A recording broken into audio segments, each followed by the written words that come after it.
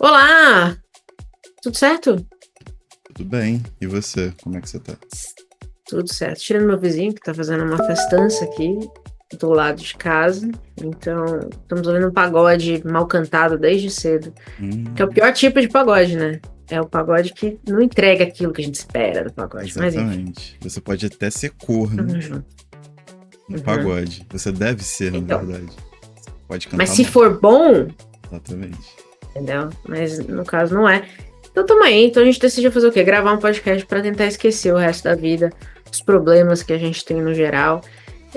Por eu estar gravando em outro lugar, hoje eu estou falando aí direto do El Ateneu de Buenos Aires, para quem não conhece, visite, maravilhosa, belíssima. E hoje a gente vai fazer um apanhadão, né, do trimestre. Estamos em final de março gravando isso, deve ir aí ao ar no começo de abril, então vamos encerrar esse trimestre. O que teve de bom, o que teve de ruim, e contar para vocês um pouquinho das coisas que rolaram. Então vamos começar falando de livro, que eu acho que é o que o pessoal tem mais interesse mesmo, né? Já que a gente sempre fala mais de livro. Sim. Vamos começar falando de coisa boa que a gente leu? O que você acha? Pode ser, eu acho que Quer é começar? o essencial, né? Claro, quero começar Toca. porque um dos livros foi um dos seus destaques do ano passado, que foi O Deserto Sua Semente, Ah, sim. né? Do Biza. E é um livro que, assim que eu terminei, eu fiquei falando com você, a gente elaborou muito no WhatsApp durante uns 2, 3 dias. E depois eu dei uma parada, porque eu não consigo, na verdade, eu ainda não consigo parar de pensar nesse livro. É. Ele é de uma beleza e um maniqueísmo enormes, assim, né? E, e aí, né, vai pra uma vileza, pra uma parada torpe.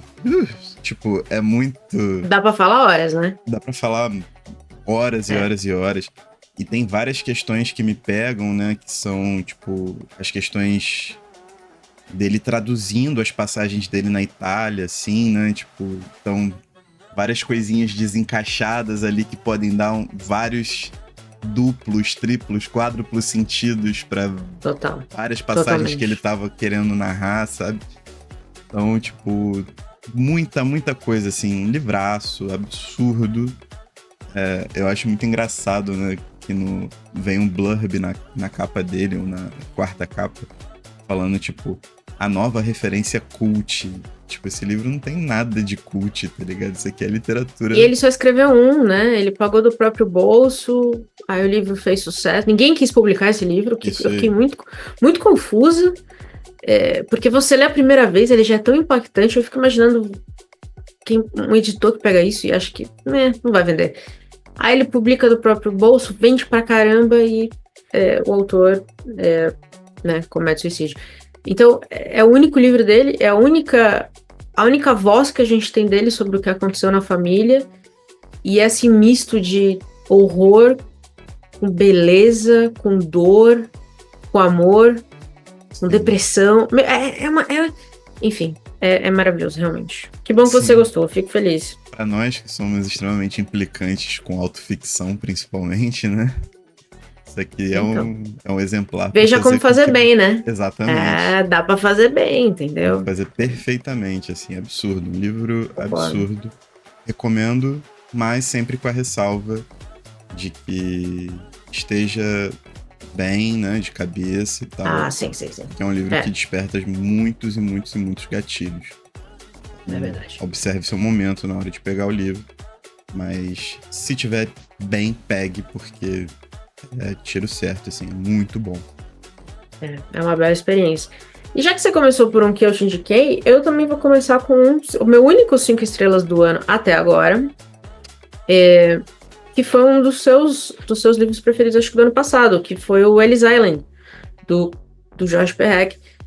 Eu peguei para ler no começo do ano já, porque esse assunto de imigração, ainda mais agora, né, nos Estados Unidos é um assunto que tá muito Sim, sim. quente, e me interessou pegar o livro, eu já tinha aqui, peguei leiturinha rápida, tranquila, dá pra fazer 2 vezes no mesmo dia. Mas adorei, achei incrível. E tá aí também mais um exemplo de você trazer a realidade de um formato completamente diferente, que não precisa necessariamente seguir uma linha de raciocínio específica, um formato específico. Eu achei muito inventiva também a forma, né, o formato que ele usa para contar a história. Gostei demais. E até agora, o que eu te falei, acho que eu já cheguei nos 30 livros esse ano. Foi meu único 5 estrelas até agora. Então, que bom que pelo menos a gente tem indicado livros bons um pro outro, né? Sim, a essência Se ninguém mais lê, a essência do Rede Poderosa tá vivíssima, segue né? viva. Pois é. Esse livro é incrível, assim, incrível. Realmente, uma das poucas coisas boas que eu tô olhando pra minha estante de poesia que fica aqui do lado, né? Uhum. Que é uma das poucas coisas boas que a Círculo de Poemas publicou ano passado, né? Incrível. Tem mais algum que você quer recomendar de bom? Você leu de bom esse ano? Sim. Até agora? Voltei a ler quadrinhos, né? E aí, eu já tinha comentado bastante sobre ter virado o ano mais ou menos ali lendo o X-Men, a saga da Fênix Negra, que é a melhor saga dos X-Men. E é muito maneiro. Só que aí eu fui para as HQs, né, que são mais conceituais e tal. E tinha uma que tava no meu radar, que é a Pinturas de Guerra. Eu só tô pegando o nome do autor que eu sempre esqueço. Do Ángel de la Calle. Saiu pela Veneta. E ali ele fala da vida de... né, um assunto que é super pertinente, que é a vida de exilados das ditaduras sul-americanas na Europa, né? E conta a vida de um autor. Ele queria escrever uma biografia acerca de uma atriz, eu não lembro se ela é canadense ou estadunidense, mas foi fazer sucesso como uma das principais protagonistas do Godard. E lá, chegando em Paris, ele vai para um bairro pobre, obviamente, né? Um sul-americano, chileno, que já foi para lá no meio do bicho pegando aqui na América Latina, e se dá com outros exilados. E ali começa uma trama um pouco me remeteu um pouco a Roberto Bolanho. Para mim é uma experiência, né, uma inspiração de transcrição de formato, né, de narrativa, e é muito bem-vinda por esse lado policialesco, por esse lado de atentar sobre os preconceitos tão sutis e tão pesados que um exilado sofre na Europa, em como esse outro é recebido, é visto, os resquícios do nazifascismo pelos países todos, inclusive pela França, que é um país hiper preconceituoso também, né? E entra essa roda, assim, de questões, e são vários exilados de várias nacionalidades, então ele vai fazendo esses recortes. É muito maneiro, é muito pesado também. Uma narrativa que ela vai ganhando uma densidade e vai ganhando contornos cada vez mais angustiantes. Porém, um dos grandes acertos da Veneta, assim, cara. Tava na minha estante aqui há pelo menos uns 2 anos. Cara, Pinturas de Guerra, quem puder, vai firme. Que é uma HQ de respeito, um quadrinho de respeito.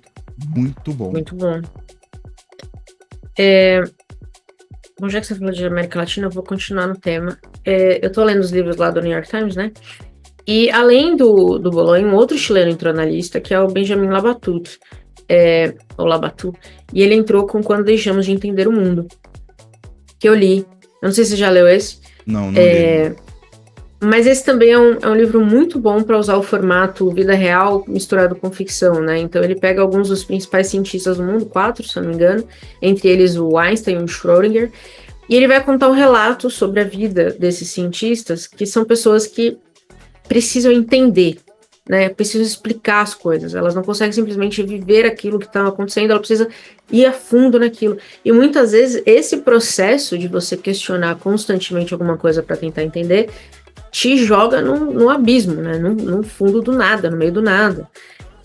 Então ele mistura histórias ou trechos de histórias reais com um pouco de ficção para contar essas histórias, né? Eu acho que a melhor descrição que eu vi desse livro é a vida científica de formato literário, assim, é muito bonito, é muito fácil de ler, é muito curtinho também, rapidinho de ler. E ele fala no final que, assim, tem histórias que 80% da história é real, ele só ali romantizou uma parte, mas uma das histórias, só uma frase é real, o resto ele criou tudo. Então é um trabalho muito bom também de você ver esses grandes homens de uma forma humanizada, sabe? Esses grandes questionadores, e o preço que eles pagaram por ser grandes questionadores, por pensar muito mais profundamente sobre alguma coisa que qualquer outra pessoa.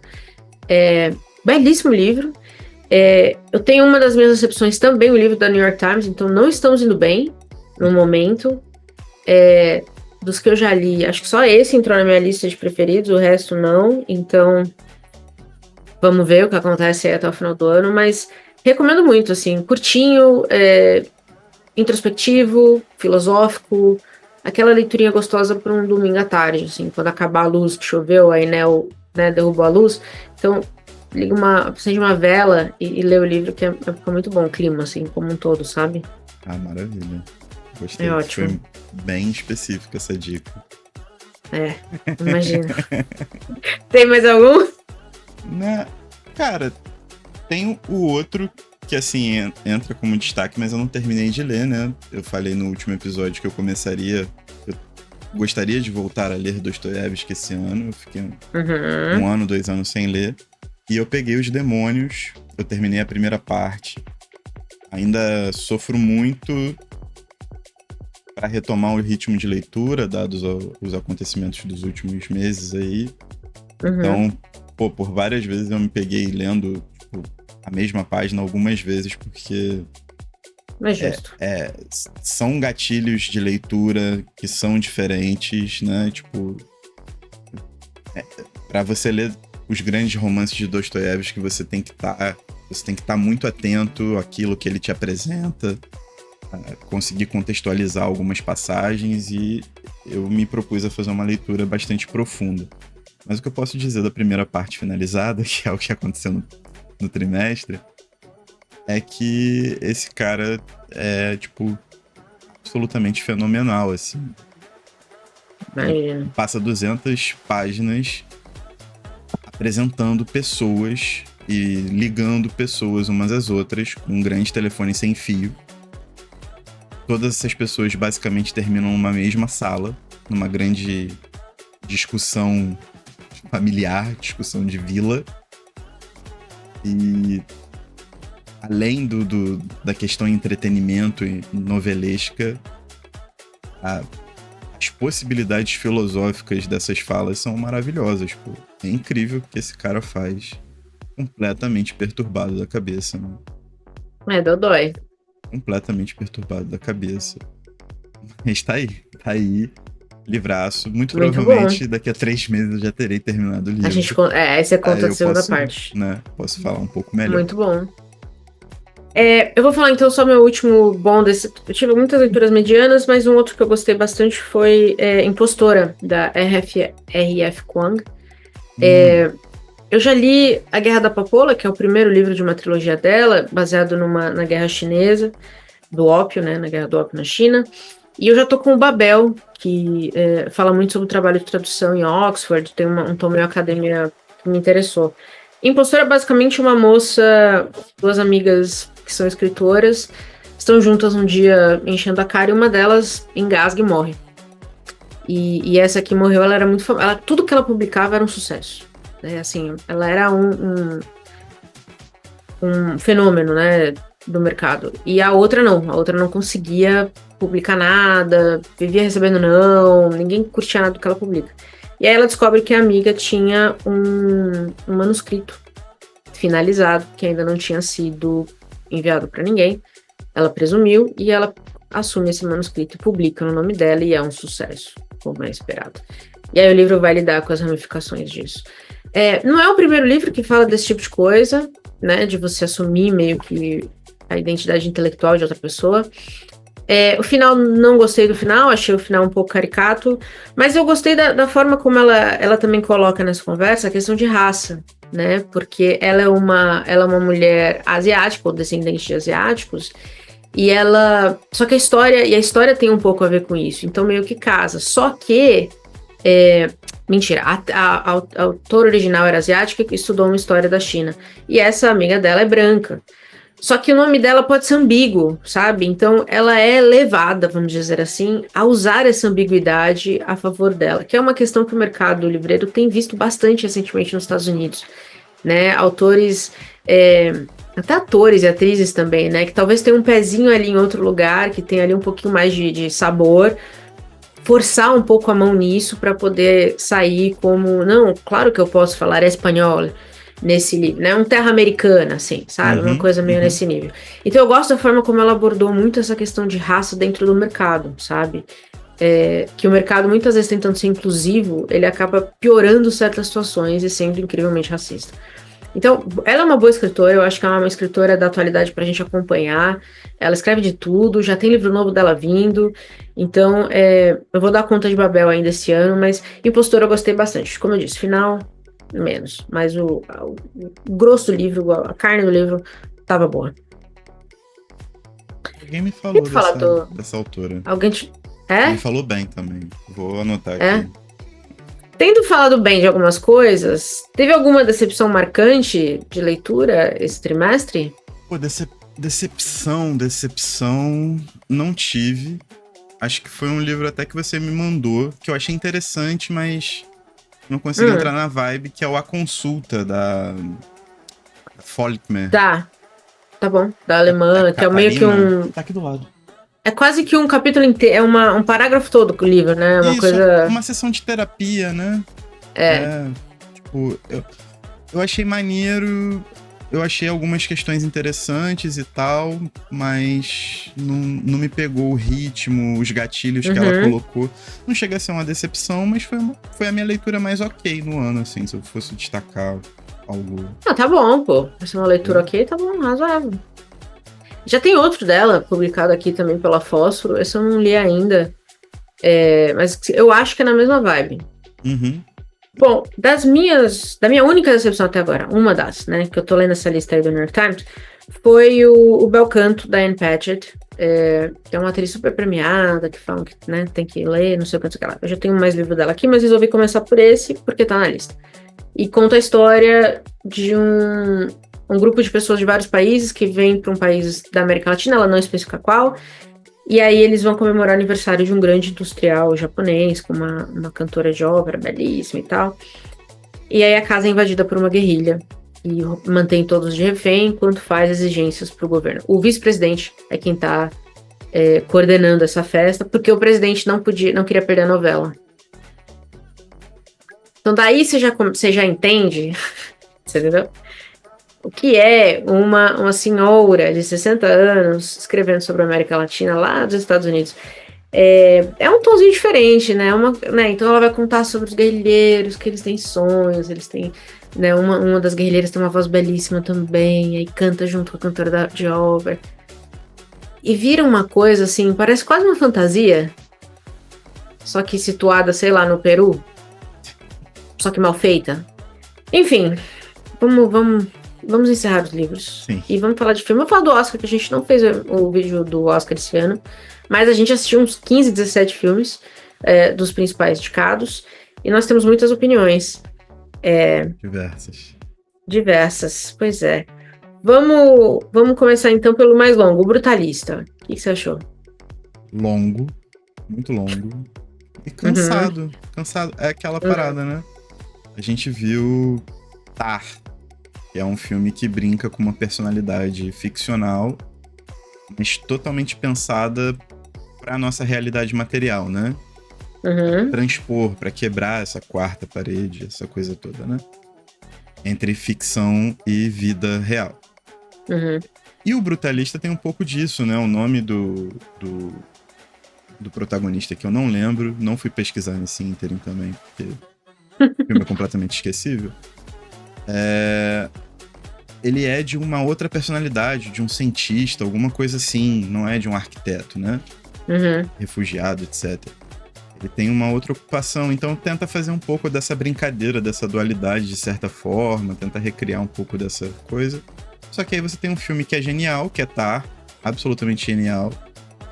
E você tem um filme médio, um filme bonito, né? Que tem suas gradações, e tem o Adrien Brody, né? Sendo o Adrian Com a Brody mesma do cara. cinema. Então, isso, com a cara de cachorro esquecido na mudança. De novo, um sobrevivente de guerra. De novo, vencendo o Oscar. Por quase o mesmo papel. Tar, inclusive, também tem suas 3 horas de duração. Mas é incrível como você sente muito menos do que em O Brutalista. Sim, total. E pra não perder a execução da piada, né? Daria um Oscar pro Adrian Brody se ele atuasse num papel em que ele não fosse um sobrevivente de guerra. Que ele morresse na guerra no primeiro minuto. Eu acho Ele que pode fazer a cara de dó dele enquanto morrendo. ele... Morrendo, exatamente. Seria maravilhoso. Eu daria um Oscar pro Adrian Voto a Brody. favor. Enfim, Adrian Brody tá na minha listinha. Eu tô pegando ranço já. A lista só aumenta, é incrível, né? Essa lista só aumenta. Filmes longos. Wicked. Não consegui terminar de ver. Tipo, Musical não é seu estilo também, né? A gente já tinha falado sobre isso. Você falou isso vários vídeos já. e eu tenho muito problema com esse tipo de musical que é a pessoa, tipo, chutou a cadeira. Ai, chutei a cadeira. E começa, sabe? Tipo, Isso, que isso? E muito diálogo, às vezes, também é musicado, né? É um Isso. musical... Aí isso me deixa um pouco desconcertado, mas a construção de mundo é belíssima. Né? Tem toda uma magia por trás. As indicações da Ariana e da Cynthia Erivo, que eu acho que foram um pouco prematuras. Eu esperaria a segunda parte pra gente ver a construção completa dos personagens. Pretendo assistir em casa, não é um filme que eu quero assistir no cinema, até porque parece que as pessoas estão cantando as músicas dentro do cinema. Então isso ia me irritar num nível que eu não sei explicar. Então assim, eu não vou arranjar briga com ninguém. Espero a parte 2 em casa, quietinha, bonitinha. Melhor. Fofa. Muito melhor, sim. Duna 2. Duna 2. O Villeneuve, pra mim, é um diretor que tá meio cansadão. Ele tenta recriar essa questão de mundo gigante, né? Parecendo 2001, uma Odisseia no Espaço, do Kubrick. Então, todas as cenas abrem pra um plano, sim, muito bonito, serve pra papel de parede do seu celular, do seu computador, do seu tablet, pra você botar na capa do seu Facebook, pra você postar no Instagram, pra você fazer um edit no TikTok com algum podcast Red Pill. Serve pra você fazer tudo isso. Só que eu acho que ele esquece um pouco da construção das personagens e de como elas se relacionam. E aí não é que seja um filme ruim, é um filme legal, mas não me impressiona. Eu acho que Duna 1 me impressionou mais. Acho que é um pouco mais encaixado. Duna 2 eu acho que foi mais um êxtase de grandiosidade do Villeneuve. Parece que vai ter mais filme, né? Eu tô tentando assistir a série da HBO, que é pacatíssima na esquina. Mas ela acontece. Então, são 6 livros, né, na série Duna. 6 ou 7, cara. É muito raça. E esse Duna 1 e Duna 2 é só o primeiro livro, não é isso? Sei. Então, eu tô pensando assim, eles vão fazer 12 filmes, será? Cada livro dividido em 2? Pô, mas aí eles podiam fazer igual em Atlanta, que todo episódio era um diretor diferente, pra ver se dá um dinamismo nessa parada, né? Ia ser super interessante, e com realmente. O Villeneuve, daqui a pouco, ele vai desenhar um universo, assim, na tela e vai, tipo assim, fazer com que a gente esteja no telescópio Hubble, assim, olhando o universo se formando. Aí aparece o Chalamet, assim, com a Zendaya, um olha o olho azul do outro, assim, e acabou o filme. Vai chegar nesse nível estético. É que eu acho que seria muito ousado eles chamarem um diretor pra cada filme. Eu acho que não é o nível de ousadia que a gente pode esperar dessa galera. Sim. Mas seria muito interessante, definitivamente. Pô, seria maneiro. Falando no Chalamet, um completo desconhecido. É um completo desconhecido. Né? Passa reto, qualquer coisa. Bom, é o que eu te falei. Bob Dylan, pra mim, grande compositor, grande poeta, grande intérprete da alma humana. Como cantor, não é meu negócio. Muita gente falou que o Chalamet aprendeu a tocar não sei o que lá, aprendeu a fazer a voz do Dylan. Parece que faz 5 anos que eles estão se organizando pra esse filme. E ainda assim, não acho que era o melhor autor daquela lista de atores. Sinto muito. Sim, em qualquer lista de atores, o Chalamet nunca vai ser o melhor ator dessa Não, lista. eu acho que ele tá tentando. Ele, por exemplo, não é a Mas, primeira vez no Oscar que 2 dos principais filmes ele tá como líder. Então, assim, ele tá cavando um espaço pra ele ali em Hollywood, que sim. eu acho que tá indo um pouco, um pouco no esperado, sabe? Ele é bem dentro da expectativa, as escolhas dele, eu É, acho. Eu acho difícil o Chalamet hoje escolher fazer um filme que me surpreenda muito. Entende? hum, Ele é um cara Hollywood. sim, ele é Ele a quer cara esse de Oscar, Hollywood. entendeu? Ele quer esse Oscar, sabe? Ele quer. Mas eu acho que Então. eu acho que essa é um pouco a parada. Ele força. Eu acho que, tipo, é um pouco forçada toda essa estética dele, assim, né? De cara esforçado. Aí tem um discurso dele lá, do prêmio que ele ganhou. Eu quero ser um dos grandes e me colocar na história. Eu acho que é meio forçadão, assim. Se ele só pensasse em viver a vida e todo mundo visse ele estudando pra cacete e ele fosse lá e representasse e tornasse os papéis dele aquilo que ele pode representar de melhor, não que seja o melhor de todos os tempos, mas aqui é aquela parada, você sabe quando o maluco tá dando o melhor que ele pode, mesmo que ele não tenha desenvolvido todo o potencial dele, sacou? Tem esse olhar, assim. E o Chalamet nunca parece que tá fazendo o melhor que ele pode, não. Sendo bem sincero. Mas ele é esforçado e ele tá fazendo o que ele, sei lá, que ele acha que tem que fazer. Rico, pelo menos, né? Tá feliz, é o que importa. A Substância. Bom filme, interessantíssimo, em vários aspectos. Acho que a galera, tipo assim, muita galera ficou implicando muito com a parte gore do filme, principalmente, né? E com esse final. Mas ele é um filme que ele não tem uma complexidade de enredo muito grande. Exatamente, entregue. E aí você deixa 2 grandes atrizes trabalhando. A Demi Moore volta a ter um papel de destaque depois de bons anos, né? Pelo menos eu não lembro de ter ouvido falar dela em um bom tempo.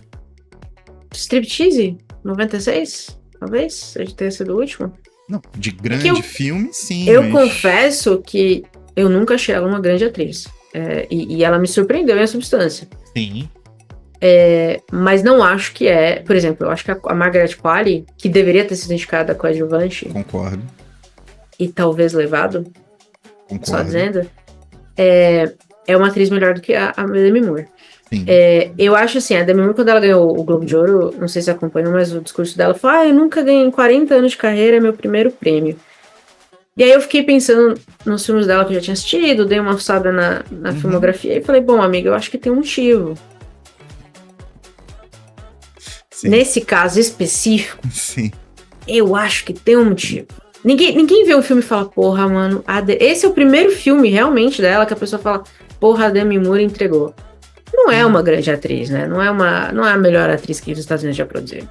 Com certeza. Mas tá muito bem aqui, realmente, tá muito bem aqui. E acho que a indicação foi justa, sabe? Mas ela sempre teve esse apelo, pelo menos assim, quando eu era adolescente e tal, ela sempre teve esse apelo por ser um mulherão, né, mano? Tipo, os filmes dela terem essa... Então ela sempre foi esse símbolo e pelo menos eu não lembro de ouvir falar dela, sei lá, uma década. Tipo, ela ficou bem sumidona. Mas você vê, a Pamela Anderson fez Eu assisti todos os indicados a melhor atriz que competiram com a Fernanda no Globo de Ouro. A Pamela Anderson também tem uma história de ser um mulherão, né? Toda a carreira dela é construída em cima disso. Levada até os extremos, né? De ser uma coelhinha da Playboy e tudo mais. The Last Showgirl, ela interpreta uma dançarina uma showgirl, né? De Vegas, cujo show é o último que tem desse tipo, né? Das dançarinas e tal. E vai acabar. Então, é literalmente uma mulher que viveu a vida como uma vixen visual, né? Porque ela mostrava o corpo todo ali no palco, se achando uma grande artista. Né? Ela fala muito de Paris, porque em Paris isso era muito comum. E quando acaba, não tem nada. Então é um filme muito mais complexo nesse sentido. Não é um grande filme, mas ele é mais complexo nesse sentido de analisar esse arco de carreira, que é o mesmo arco de carreira da Demi Moore. Mas eu achei a Substância, pelo menos, um roteiro mais coeso. E aí eu acho que ela ganha. E aí com a Margaret Qualley, que traz, eu acho, uma qualidade incrível de trabalho, aí o filme eu acho que ganha mais peso, realmente. E noves fora as atrizes, que são excelentes, absolutamente excelentes, eu acho que o enredo do filme é muito redondinho. Eu acho que ele dura o tempo que ele tem que durar também, sacou? Uhum. Ele é bastante ousado, muito, muito, muito maneiro. Os efeitos são muito legais também, saca? Tipo, trazem realmente, principalmente no final ali, eles trazem essa camada meio nojenta que a própria pessoa se torna, né? Então, tipo, Uhum. E se sente, né? e se sente. Então ele vai levantando, ele vai num crescendo bem legal. Eu assisti no cinema, né? Conseguia pegar no cinema. E foi uma experiência bem maneira, assim. Legal. A parte sonora do filme foi muito bem trabalhada também, muito bem distribuída. Então, pô, bacana, muito bacana. Bom filme. Muito bom. Nico Boys. O Boys. Filme. Ok. Maneiro, tipo. Eu confesso que a decisão de você mudar o ponto de vista, né, da tela, da câmera, me incomodou um pouco em alguns momentos. Você vê a mesma cena 2 vezes, né, de 2 pontos de vista diferentes, algumas cenas que mudam de ponto de vista no meio da cena. Eu entendo a decisão meio ousada do diretor, porque de todos os filmes, acho que esse é o que tem uma direção talvez um pouco mais diferente, mas pra mim não funcionou muito bem, não, confesso. A história é muito, muito interessante, baseada numa história real, né, dos meninos que eram abusados nesses centros, mas e esse ponto de vista de se colocar no lugar do personagem, pra mim, da forma como foi feita, não funcionou. Eu acho que levaram muito a sério esse papo de se colocar no lugar do outro, né? Então, Eu acho que pois é. não era exatamente isso. Não... Que você Eu sei que tinha muita gente adorou, cara. Eu vi muita gente falando que, pô, que diferente, eu amei. Eu falei, pô, legal. Mas pra mim, não deu. Sei lá, tipo... Eu vou ser muito sincero, mano. Tipo, acho que falta... Perdão do trocadilho. Acho que falta substância pra uma galera, assim. Acho uma lista um pouco mais coesa do que as 2 passadas. Num geral, assim. Tem muitos filmes nível... Tipo, nota 3, digamos assim, né? Uhum. 2,5, 3 ali. Não tem tantos destaques, mas... Você assistiu o Sing Sing? Assisti. Eu trocaria essa lista Unico Boys por Sing Sing. Sim. Eu acho que deixaria a lista mais forte. E eu acho que saber que o único ator, né, é o Colman Domingo, o ator que teve uma carreira de ator, né, foi formado ator. O Colman Domingo, eu acho que deixa o filme bastante especial nesse sentido, né? Achei também. Entrega achei muita mais bonito coisa também. E você se coloca no lugar do outro. E depois, quando você descobre a vida daqueles atores, né, são todos presidiários e tal, você ganha uma nova camada para aquelas histórias como elas aconteceram. Então, tipo, muito maneiro, sim. Eu inverteria esse. Esse foi o primeiro que me fez pensar que talvez eu não colocaria na lista de melhor do ano, assim, indicados a melhores. Conclave. Bom filme, gostei. Porra, idosos trambiqueiros? E padres. Vou ver 2 vezes. Você tá louco. Eu amei. Ralph Fiennes deveria ter levado Cadiais. Ralph Fiennes deveria ter levado o Oscar, tá? Só dizendo. Sim. E Belly também. Bom, se bem que esse filme em Roma, né? Você abre a câmera, belíssimo. Não tem muito o que fazer, mas... Eu fiquei eletrizada. E assim, os velhos trambiqueiros, safado, bando de mentiroso, sabe? Podia ter sido um novelão aquilo ali. Achei incrível. E era uma história que, eu vou ser sincera, de todas as sinopses, foi a que eu achei mais... Né? Ai, ok. Vamos lá ver esse monte de padre falar, vai. Porra, foi um dos melhores da lista pra mim. Achei um bom competidor pra melhor filme. Acho que eu prefiro do que a Nora. Sim. Mas eu acho também que, tipo assim... Eu entendo que nós aqui, sul-americanos, né, latino-americanos, na verdade, do México pra baixo, a gente gosta de uma novela, né? A gente tem essa cultura Então. E o da... Conclave é um novelão, né? É um negócio Exato, sabe qual é? bem bagunçado. É verdade. É A Nora verdade. já é uma linha, é uma parada mais linearzona, assim, É mais mais uma comédia romântica americana, né? Eu acho que tem mais a carinha isso, do Oscar também, né? isso. É, verdade. Mas é um bom Eu teria filme. dado pra Conclave. Acho que pra mim, da lista toda. É porque sendo muito sincero, agora puxando a sardinha pro Brasil, Ainda Estou Aqui não tava como melhor filme, né? Como melhor filme Tava. estrangeiro. Tá como melhor filme? Tava com o melhor Então, pra mim, filme. Ainda Estou Aqui. Foda-se. A gente fez uma. Foi uma parada incrível. Acho que é o primeiro filme brasileiro indicado a melhor filme.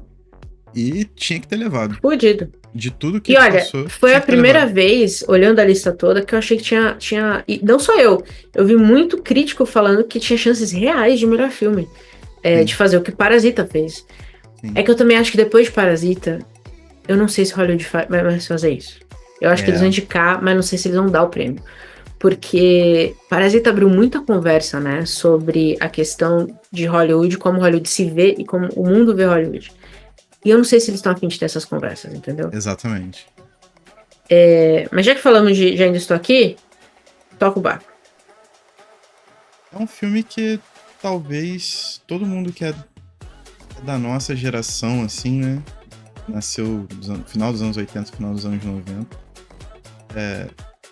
Esperava ter tido no colégio pra poder aprender, Seria muito bonito, né? Seria muito bonito poder sabe? aprender com Ainda Estou Aqui, de verdade. Exatamente. A gente assistiu algumas obras, a gente fez o programa com o Que É Isso, Companheiro, né?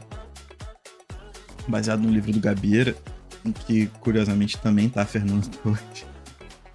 Ela já fez todas as versões da ditadura, ela já fez. Exatamente. Mas eu acho que Ainda Estou Aqui, ela trata de uma parada muito, muito sinistra, que é esse silêncio do desaparecimento, né? Eu fiquei refletindo muito sobre isso, assim. É. E eu acho que trata também da gente começar a reconhecer as pessoas por aquilo que elas são, né? Existem muitas personalidades, muitas pessoas que merecem um devido reconhecimento. No final do livro, no final do filme, perdão, mostrar essa mulher pegando tudo aquilo que ela passou e transformando isso em luta em prol dos povos indígenas, né? Isso é muito louco, né? Tipo, isso é É muito muito forte. forte, sabe qual é? É O uma que eu achei mensagem mais muito curioso sinistra. o que eu achei mais curioso é que a Fernanda falou numa entrevista que tinha muitas cenas dela chorando no filme. E o Walter Salles tirou todas.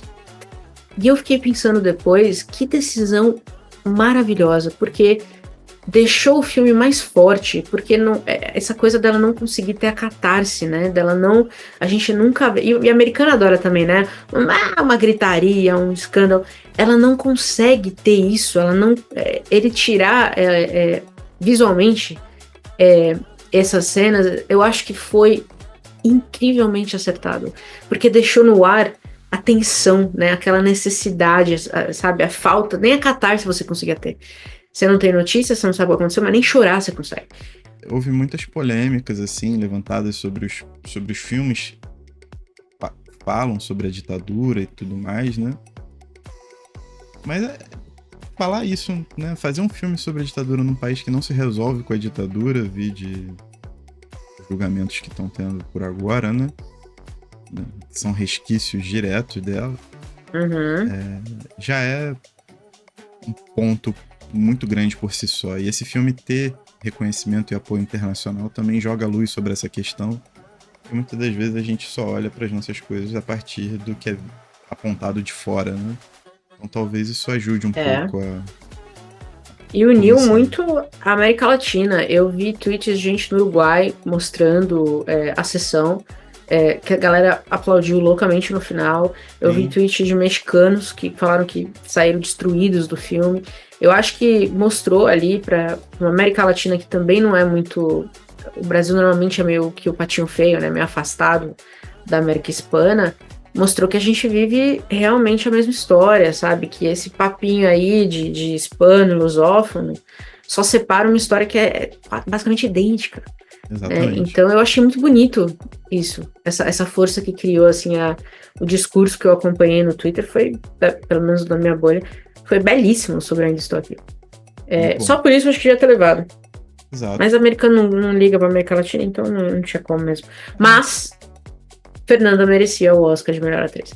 Das 5 ali, era a mais atriz. Facilmente. E, cara, dando um toque sobre a Nora, eu vou até jogar uma teoria da conspiração aqui, né? Que na primeira eleição do Trump foram os russos que ajudaram. Né?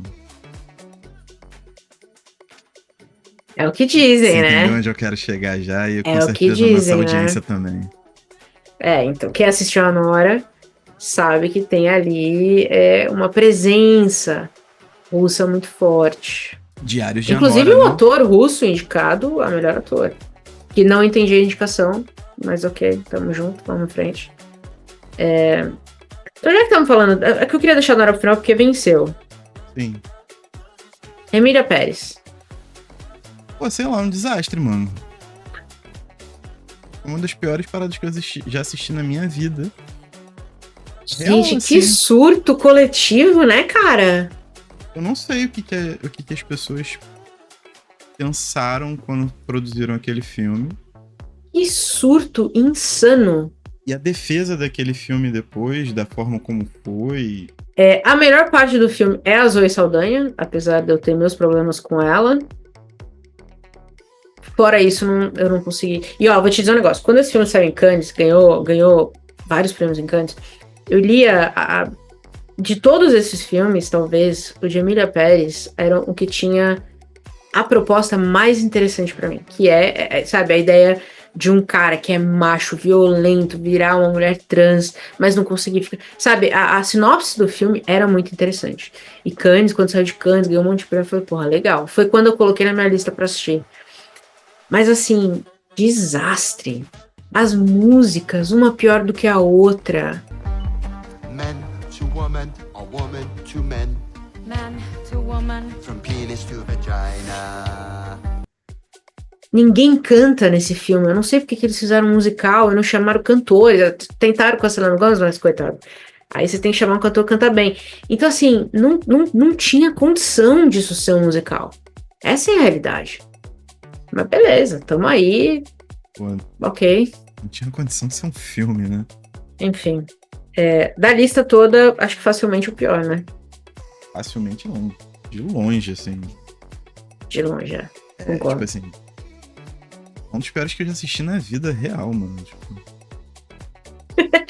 E o vencedor, a Nora, essa comédia romântica fofa sobre a vida de uma prostituta que se casa com um magnata, o filho de um magnata russo. Bonitinho, né? Bonitinho. O que você achou? Achei que... Pô... Eu pensei na Mel Lisboa, lá em Diário de Anitta, assim... Várias referências, né? Aí, ó, viu? Tem toda uma parada, mas eu ainda prefiro continuar com a minha teoria da conspiração. Mas é um bom filme, e é justamente, tipo, essa questão novelesca, né? Os afetos exacerbados da adolescência, da juventude, que se mistura com crime, né? E tudo mais, e uma rede de acontecimentos. Mas não é o melhor filme dessa lista, assim, pra mim, pelo menos. Pra mim, eu vi vários eu daria comentários. Conclave, Eu Ainda Estou Aqui. Um ou outro, eu ficaria feliz. Eu acho que são os dois melhores da lista, como um todo. São filmes melhor resolvidos, assim, né? Eu acho que eu acho que o Anora, ele é meio blocado pela, tipo assim... É uma inocência tão inocente no começo, na construção da relação, depois uma solidão extrema, um abandono, depois ela já tá mais abusadona, assim, mais pra frentex, apesar de continuar sofrendo. Acho que ele é mais blocado. Acho que os outros dois filmes, eles têm mais nuances, mais camadas que eu consegui me envolver melhor. Mas não é um filme ruim, longe disso. Não merecia ter vencido o Oscar. Pra mim. Concordo. Eu tô na mesma linha. A gente viu alguns outros, a gente assistiu Sing Sing, a gente assistiu Aprendiz, né? Que também teve Bom filme, indicação Aprendiz, hein? pra bom filme, né? O Sebastian Stan, que é o que faz o Trump, eu acho que também tá virando um ator muito interessante da geração dele. Eu gostaria que ele saísse do universo Marvel, mas enfim, aparentemente ele tem contrato vitalício. Mas eu assisti dele também Um Outro Homem, eu acho que chama, em que ele interpreta um homem que tem uma deformidade facial, que é muito bom também. Assim, eu tô ficando muito impressionada com o trabalho dele, vou acompanhar. E o Jeremy Strong é o Jeremy Strong, né, cara? Ele virou o advogado maluco, gay, doido do Trump na década de 90. Isso aí.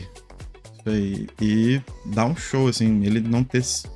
Ele foi indicado pra coadjuvante? Eu não lembro agora. Foi indicado pra coadjuvante e perdeu pro Kieran Culkin de Uma Dor Verdadeira. Tem como. Gosto muito Eu também Kieran acho que eu Culkin. daria pro Jeremy Strong.